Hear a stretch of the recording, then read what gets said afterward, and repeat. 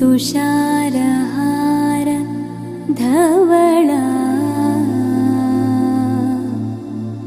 या शुभ्रवस्त्रान्विता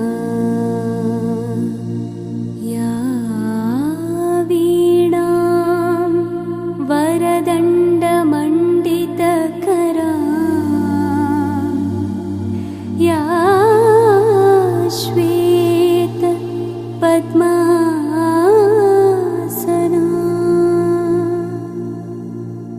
या ब्रह्माच्युत शंकर प्रभृतिभिः देवैः सदा पूजिता। పూర్వ విద్యార్థుల ఆత్మీయ సమ్మేళన కార్యక్రమం అనేది చేసుకోవాలని గత 1 మంత్కి అనుకోవడం జరిగింది. కాబట్టి ఈరోజు ఆ కళ నెరవేరిందని మేము అనుకుంటున్నాము. అదేవిధంగా ఆ కార్యక్రమానికి విచ్చేసినటువంటి ముఖ్య అతిథి అయినటువంటి రామకృష్ణారెడ్డి గారు గ్రామ సర్పంచ్ గారిని వేదికను అలంకరించాలని కోరుచున్నాం. పరమేశ్వర దేవి మేడం గారిని కూడా వేదికను అలంకరించాలని కోరుచున్నాము. ప్రతాప్ సార్ గారిని కూడా వేదికను అలంకరించాలని కోరుచున్నాము. అదేవిధంగా రజనీ మేడం గారిని కూడా వేదికను అలంకరించాలని కోరుతున్నాం. సీన్ సార్ని కూడా వేదికను అలంకరించాలని కోరుతున్నాం. హిందీ భాషా పండితులైనటువంటి మహేంద్రమణి మేడం గారిని కూడా వేదికను అలంకరించాలని కోరుచున్నాము. హనుమంత్ సార్ గారు వేదికను అలంకరించాలని కోరుచున్నాము.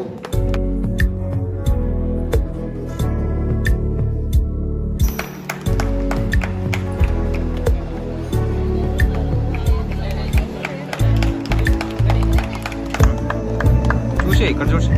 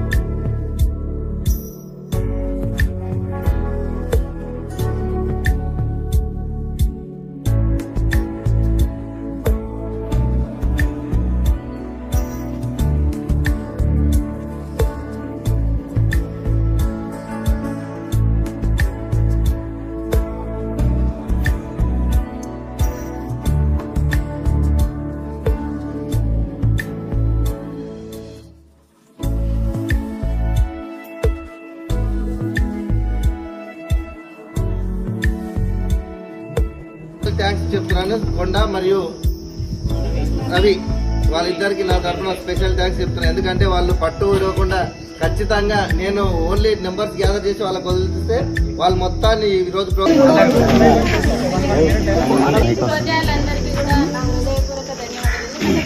మేడం వాళ్ళు ఎంత ఇబ్బంది ఉండి కూడా మన కోసం వచ్చిందంటే వాళ్ళకు చాలా చాలా థ్యాంక్స్ చెప్తున్నాను.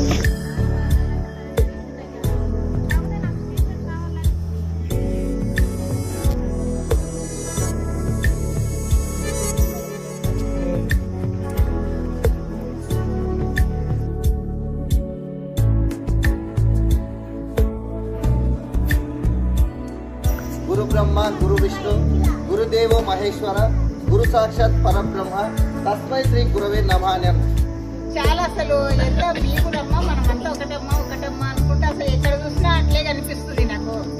హసనలీని కూడా అసలు నేను ఇక్కడ నుంచి అసలు లేనేసరికి అమ్మ అనుకుంటే అక్కడి నుంచే వచ్చేస్తుండే. నేను పిలిచేసరికి ఆఫీస్ రూమ్ లో ఉండి పిలిచేసరికి అసలు ఎక్కడ చూసినా ఏ మూలాలు చూసినా వాళ్ళిద్దరే కనిపిస్తున్నారు. నిజంగా చాలా బాధాకరమైన విషయం. వాళ్ళ కుటుంబంలో వాళ్ళందరికీ కూడా మంచి జరగాలని కోరుకుంటున్నాము. అయితే ఇక్కడ మీరు అందరూ కూడా ఆత్మీయ సమ్మేళనాన్ని ఇన్ని సంవత్సరాల తర్వాత అసలు మీరు అందరూ కలుసుకొని ఆత్మీయ సమ్మేళనం ఏర్పాటు చేసుకోవడం చాలా సంతోషించదగ్గ విషయం. ఆ తర్వాత అసలు మిమ్మల్ని అందరినీ చూస్తుంటే నాకు చాలా సంతోషంగా ఉంది. మీ అందరి కుటుంబాలకు కూడా అంత మంచి జరగాలని కోరుకుంటున్నాను. ఎవరెవరు ఏమేమి ఆశలు పెట్టుకున్నారో అవన్నీ కూడా నెరవేరాలని కోరుకుంటున్నాను.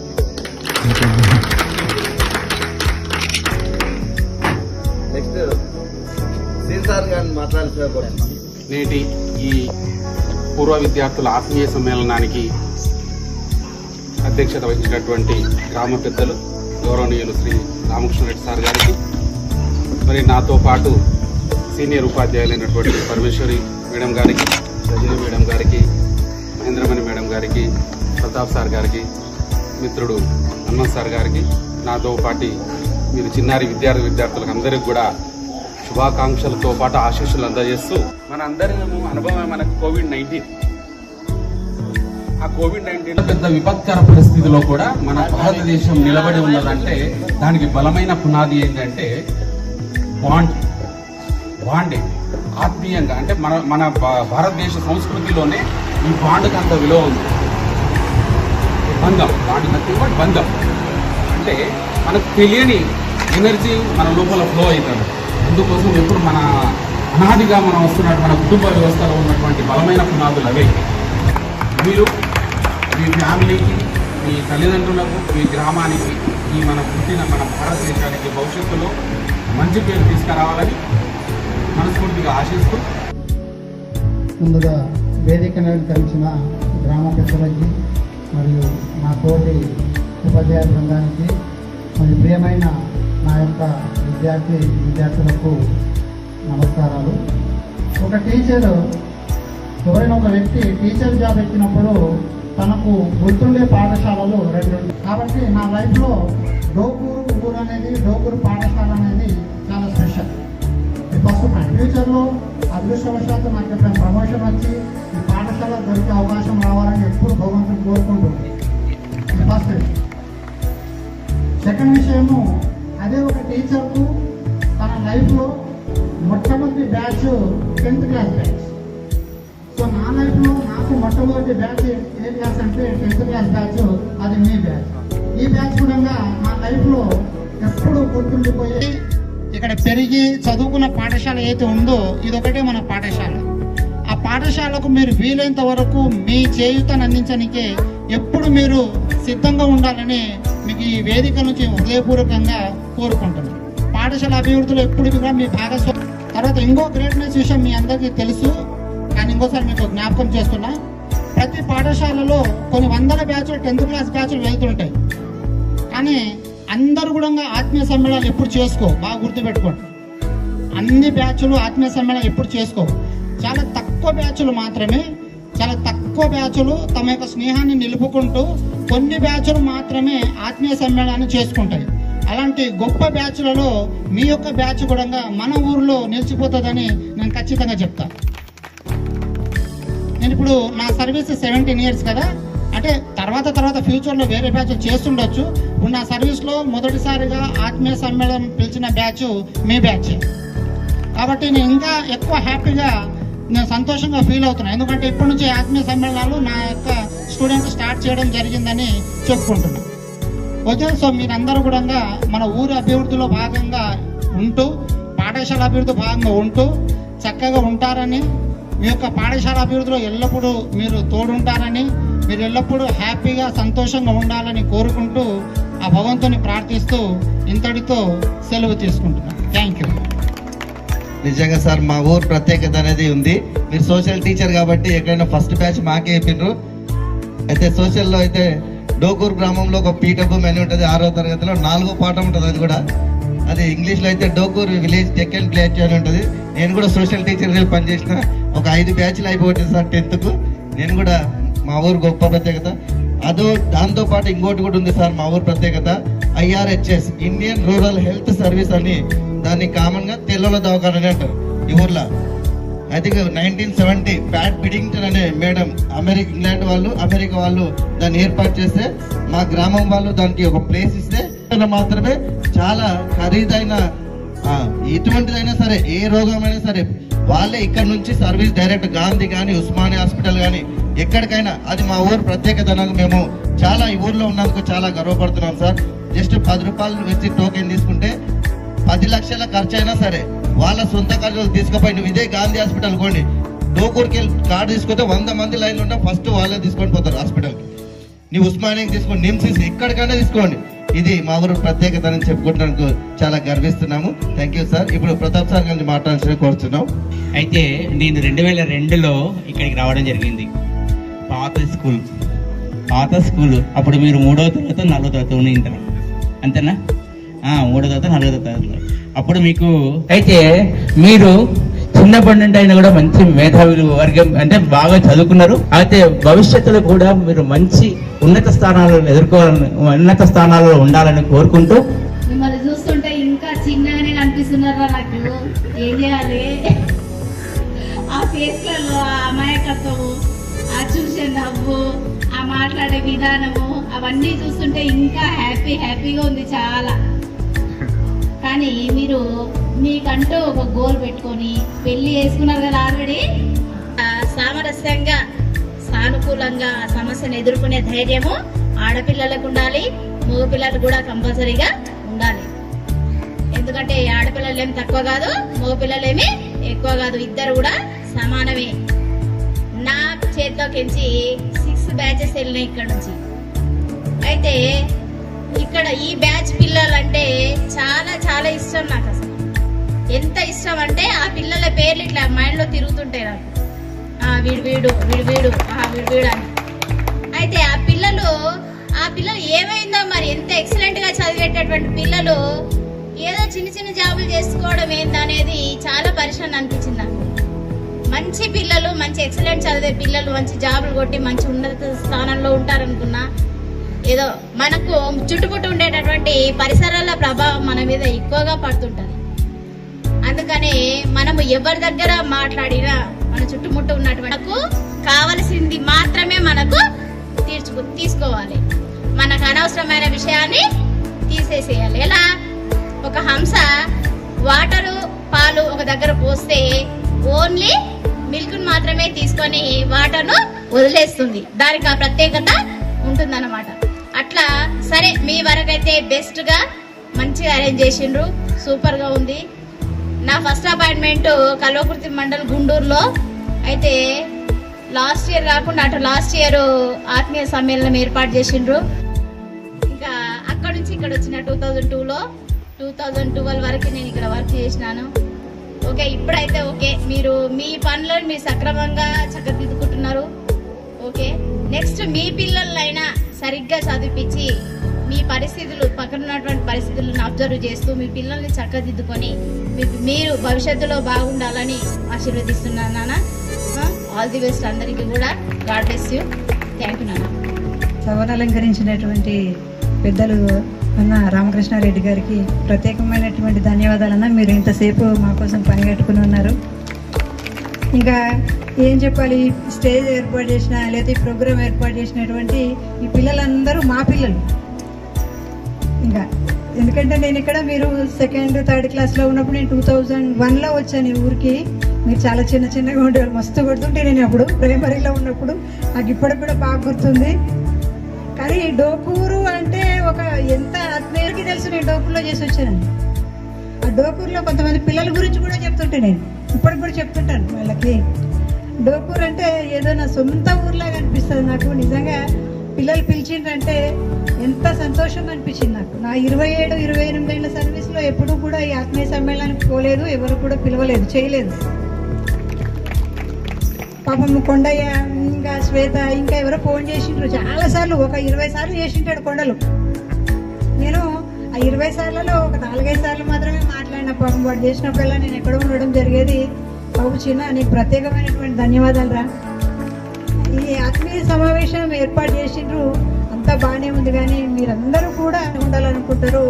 టీచర్స్ కూడా మా దగ్గర చదువుకునేటువంటి పిల్లలందరూ మంచి పొజిషన్లో ఉండాలి. మీరంతా మంచి పొజిషన్లో ఉంటే పలానా పిల్లగాడు నా దగ్గర చదివిండు, పలానా అమ్మాయి నా దగ్గర చదివింది మేము గొప్పగా చెప్పుకుంటాం కదా. ఇప్పటికైనా ఏం లేదు, మీరు ఉన్నటువంటి స్థానాల్లో మీరు గౌరవంగా బతికితే సరిపోతుంది. మనకి మన కుటుంబానికి కానీ మన ఊరికి కానీ మన తల్లిదండ్రులకు కానీ చెడ్డ పేరు తీసుకురాకుండా మనం చేసే ఏ పనైనా సరే అది మంచి పని అయితే సరిపోతుంది. మనం ఏదో పెద్ద లెవెల్కి పోవాలని అనుకుంటాం, మన ఇంట్లో పరిస్థితులు కావచ్చు, వేరే పరిస్థితులు కావచ్చు. ఇంకా నేను చేసేటప్పుడు దాదాపు 1 నుంచి 10వ తరగతి వరకు 6, 7, 8 మంది టీచర్స్ తోటి గడిపినాం. నేను తెలుగు చెప్తుంటే, ఇంగ్లీష్ చెప్తుంటే, సోషల్ చెప్తుంటే అట్లా అందరం అన్ని సబ్జెక్టులు చెప్పిన వాళ్ళమే. అప్పుడు ఉన్నటువంటి పరిస్థితుల ప్రభావం వల్ల కొన్ని రూమ్లు ఉంటుండే క్లాసులు. తర్వాత 6th, 7th అక్కడ ఉంటుండే రైల్వే ట్రాక్ పక్కనే. అక్కడికి పోతుంటే మేము ఆ రోడ్డు పక్కనే ఆటోలు అక్కడే ఆపుతుంటాయి. ప్రతిరోజు డిస్టర్బెన్సే ఉంటుండే, అన్ని ఇబ్బందులు పడ్డాం మేము. ఆ తర్వాత ఇక్కడికి వచ్చిన తర్వాత ఒక 3-4 ఇయర్స్ ఉన్నామేమో. తర్వాత మేమందరం ట్రాన్స్ఫర్ అయ్యి వెళ్ళడం జరిగింది. కానీ డోకూరు నా జీవితంలో మాత్రం నేను మర్చిపోను. నా సర్వీస్లో ఇది 2nd విలేజ్, 2nd స్కూల్ ఇది. టీచర్స్ కూడా మేము ఎప్పుడూ కూడా ఎవరము ఒక మాట అనుకోలేదు. పిల్లల్ని చిన్నగా ఉన్నారు కదా మీరందరూ కొడుతుంటే, బాగా కొడుతుంటే నాకు ఐడియా ఉంది. శేఖర్ గారిని మస్తు కొట్టినా, కొండ గారిని కూడా కొట్టినా, వీళ్ళందరినీ మస్తు కొడుతుంటే నేను అరే ఒకవేళ మిమ్మల్ని కొట్టినా మీకు అప్పుడు కోపం ఉండొచ్చు, కానీ ఇప్పుడు మాత్రం అది మంచిగా అనిపిస్తుంది. ఇప్పుడు మీరు చెప్పుకోవడానికి, నేను చెప్పుకోవడానికి కూడా మంచిగా అనిపిస్తుంది కదా. మీకు అందరికీ ప్రత్యేకమైనటువంటి ధన్యవాదాలు. మా టీచర్స్ అందరికీ, మా సార్ వాళ్ళందరికీ, మళ్ళీ రామకృష్ణారెడ్డి అన్న గారికి కూడా ప్రత్యేకమైనటువంటి ధన్యవాదాలు అన్న.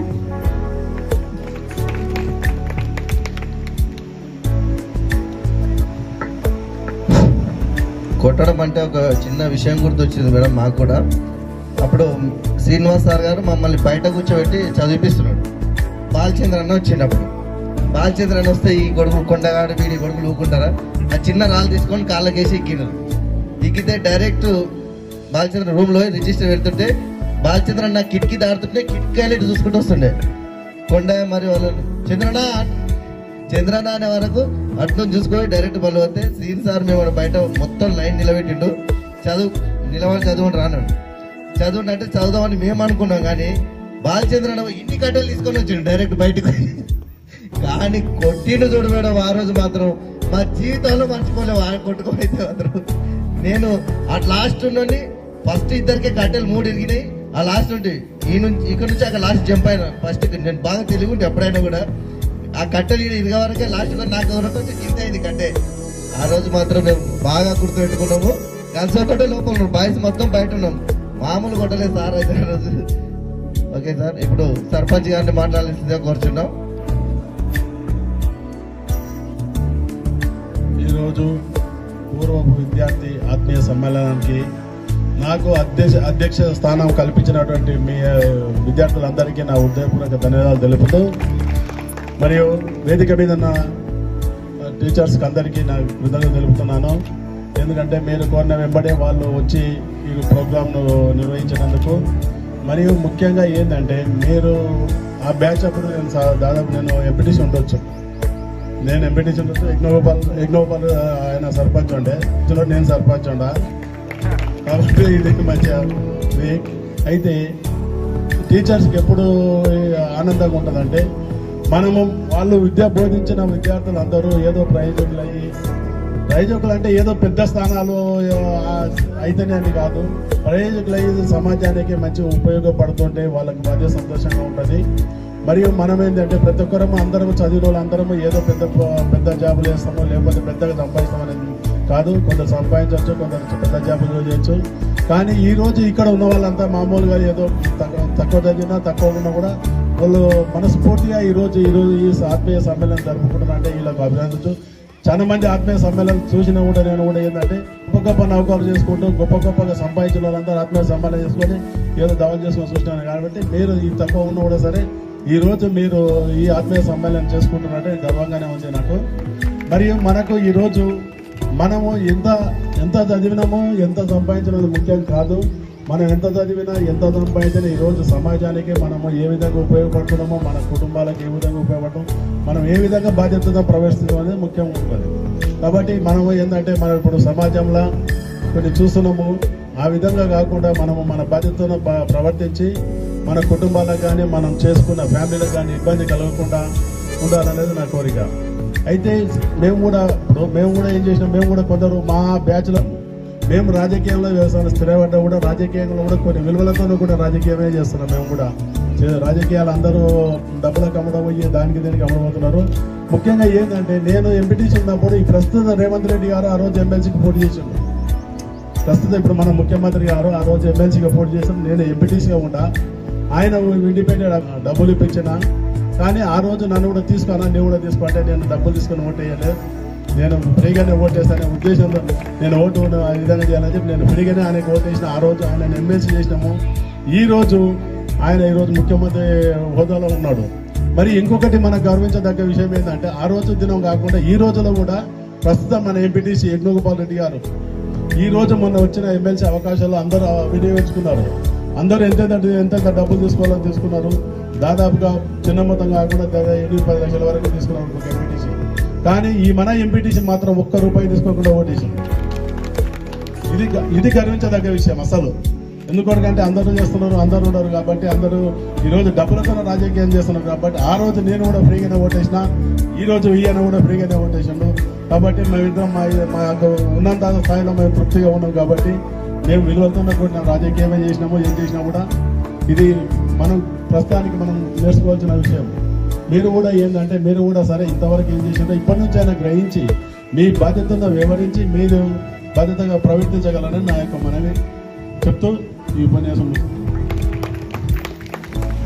ఇక్కడ మన పాఠశాలకు సంబంధించి ఎప్పుడైనా ఫ్యూచర్లో మీరు మళ్ళీ ఆత్మీయ సమావేశం పెట్టుకుంటే, ఇంతకుముందు హనుమంత్ సార్ అన్నట్టుగా పాఠశాల అభివృద్ధికి సంబంధించి ఎటువంటి సహాయ సహకారాలు అందించడానికి మేమందరము కూడా ముందుకొస్తాము. తప్పనిసరిగా పాఠశాలలో ఏ ప్రోగ్రాం అయినా సరే ఎటువంటి సహకారం కావాల్సిన మేమందరము కూడా వస్తామని తెలియజేస్తున్నాం. అందరి తరఫున తెలియజేస్తున్నాం. ఓకే, వాళ్ళకి సంబంధించిన సందేశాన్ని అందరూ మంచిగా ఇచ్చారు. ఫైనల్గా చిన్న ఒక విషయం,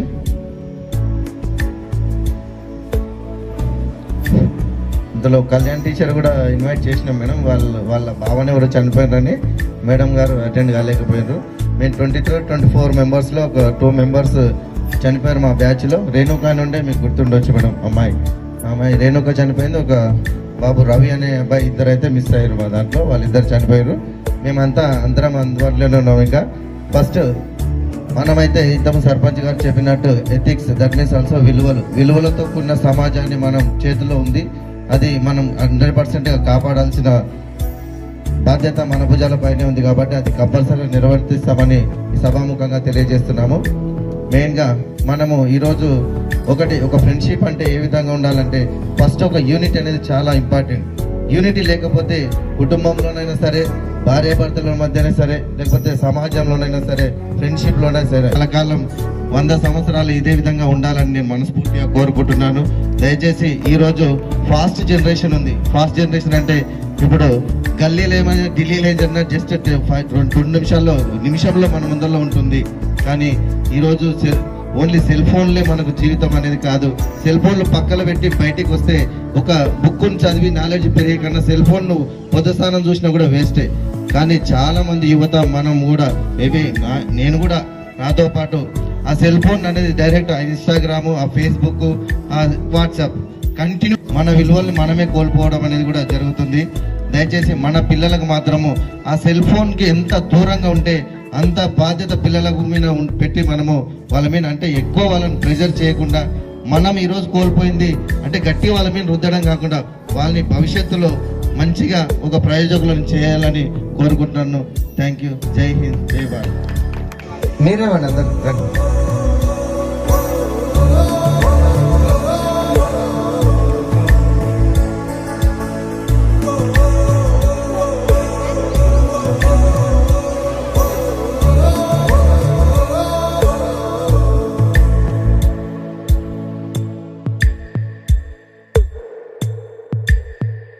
అమ్మ ఒడిలో లేని పాసం నేస్తమల్లే అల్లుకుంది. జన్మకంతా తీరిపోని మమతలెన్నో పంచుతోంది. మీరు నుంచి మన స్నేహ గీతం ఏరా ఏరాల్లోకి మారే. మోమాటాలే లేని కళెచ్చాలు మారే. ఒంటరైనా ఓటమైనా వెంట నడిచే నీడ నీవే.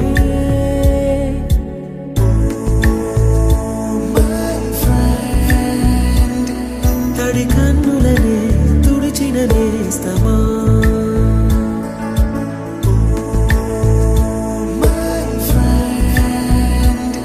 పొడి తుడుకులలో నిలిచిన స్నేహమా. వాన వస్తే కాగితాలే పడవలయ్యే జ్ఞాపకాలే. నిన్ను చూస్తే చిన్ననాటి చేతలన్నీ చెంతవాలే. గిల్లి కజ్జాలెన్నో ఇలా పెంచుకుంటూ తుళ్ళింతల్లో తేలే స్నేహం. మొదలు తొదలు తెలిపే ముడి వీడకుందే. ఒంటరైనా ఓటమైనా వెంట నడిచే నీడ నీదే.